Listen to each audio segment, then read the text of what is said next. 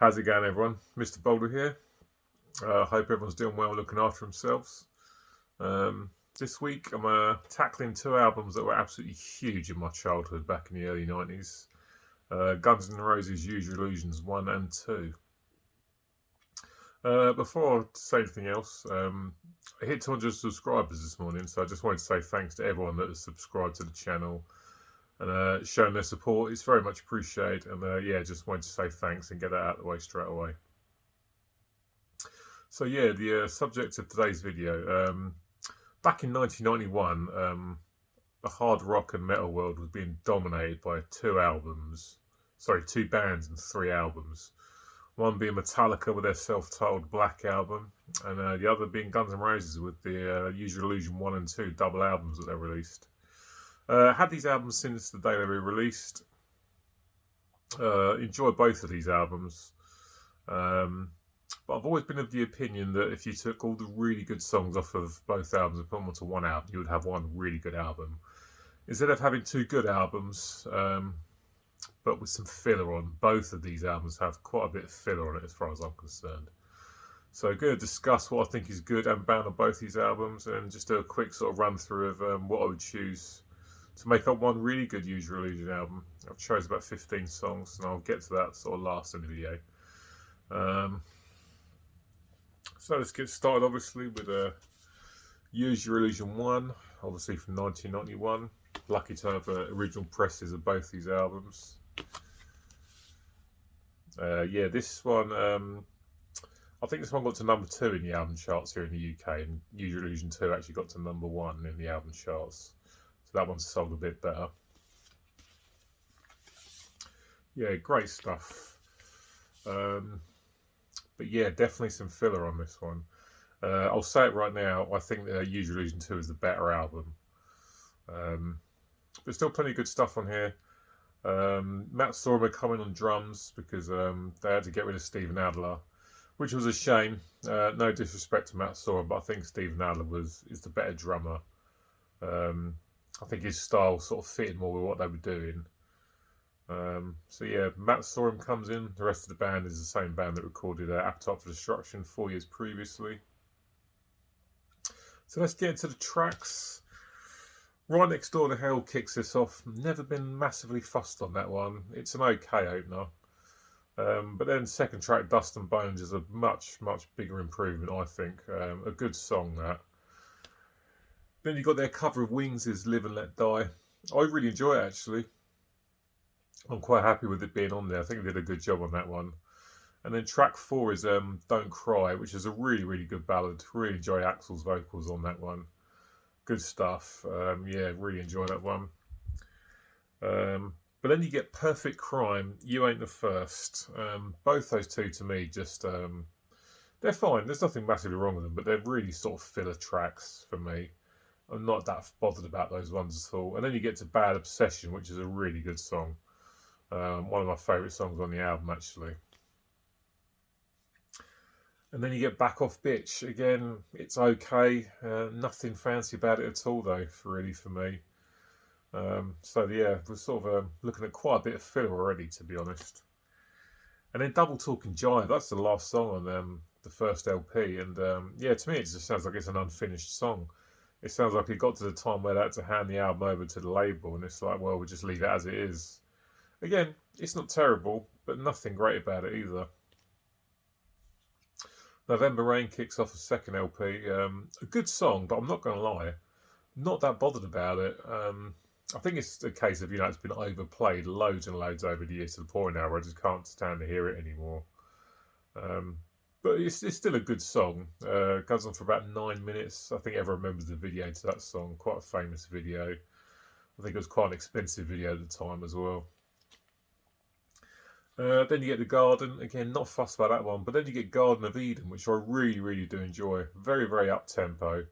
Nice riffing. I like the vocal melodies that Axl Rose is doing on this song. I actually remember buying that on it was like a video sort of cassette single, if you can even remember what that kind of thing is. Very strange looking back on it. One of my favourite songs on this album, though. And then you get to Don't Damn Me, which I think is one of the best songs on the album. Yeah, the track list on this album is very strange to me because I think that's one of the best songs on this album. And it's put right towards the end. I think something that could have been sort of about third or fourth maybe placed on this album, not towards the end. Bad Apples, not too fussed by that one either. Finishes really strong with Dead Horse, really enjoy that. That was another video that was on that Garden of Eden video cassette that I bought. Yeah, do like a song. And then it finishes with the excellent Coma. 10 minutes long, great song, brilliant stuff. Love the riffing in it. Keeps things interesting. The song doesn't drag on. Really, really enjoy that one. So yeah, that's my overview of Guns N' Roses' Use Your Illusion 1. Some really good stuff in it, but a hell of a lot of filler, I think. Yeah, it's definitely not my favourite of the two. But still plenty of good stuff. And obviously now, Illusion 2. Yeah, this is definitely the best as far as I'm concerned. This is the one that went the number one in the album charts. Kicks off with Civil War, which I do like, but I'm not massively fussed by. But then you get 14 Years and Yesterdays. 14 Years is good, but Yesterdays is one of my favourite songs across both these albums. I think it's really, really good. I like the piano intro and that. Good vocals from Axl. Side 8 ends with Knocking on Heaven's Door, which, yeah, not interested at all. As far as I'm concerned, the cover of Wings is Live and Let Die is far superior. Might have something to do with the fact that I've never really been into Bob Dylan or understood the appeal and the success of Bob Dylan. I think a lot of his stuff is wishy-washy nonsense, to be honest. So yeah, I'm not fussed by that at all. That can get in the bin. Get in the Ring, everyone remembers that for the big rant that's in the middle of it. Shotgun Blues then is pretty good. And then Breakdown. I won't lie, I forgot how good that song was. I revisited these albums last year for the first time in ages, and I genuinely forgot what a great song Breakdown is. Brilliant stuff. And then you get another really couple of real bangers. Pretty Tied Up and Locomotive. Both those songs are fantastic. Some of the best stuff across both these releases, I think.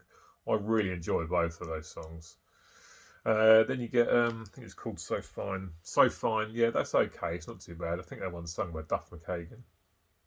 And then Estranged, which is probably one of my favourites. Well, not probably, it is one of my favourites across both these albums. Everyone always talks about November Rain when it comes to the long sort of epic songs from these albums, but I think Estranged is a far, far better song. Brilliant stuff. Again, another sort of about 9.5 minute long song. Keeps it interesting. Loads of different parts, different stuff going on. I really, really enjoy it. Then, of course, You Could Be Mine, which was the on the soundtrack to Terminator 2 Judgment Day. Again, very good song. Really enjoy the riffing in that.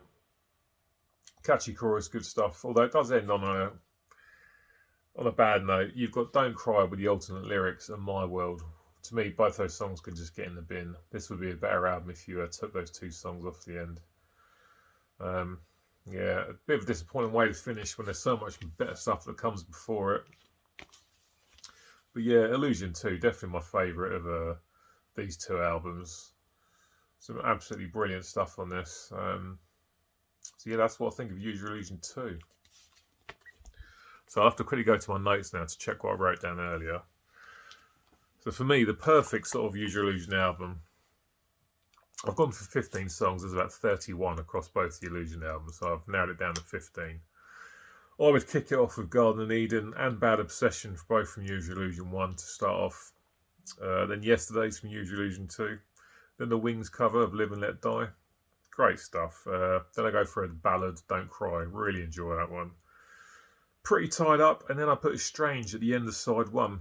A great epic song that is. Absolutely brilliant stuff. Then for side 2, I'll start with Breakdown from Use Your Illusion 2. Don't Damn Me. Dead Horse, 14 Years. Dust and Bones from Use Your Illusion 1. Then I go with Locomotive. You Could Be Mine. And I've finished the entire thing with Coma. The last song from Use Your Illusion 1.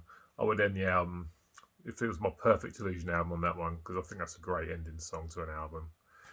So that would be my perfect Use Your Illusion album. Right, guys, that is it for today. Thanks for watching. If you like the video, please hit the like button. Leave me a comment. Let me know what you think about these albums. Have you got a Perfect Illusion album that you want to share? Hit it in the comments below. Please subscribe to the channel if you haven't already. That'd be very much appreciated. And I will not look after you. Take care of you next time. Catch you later. Bye.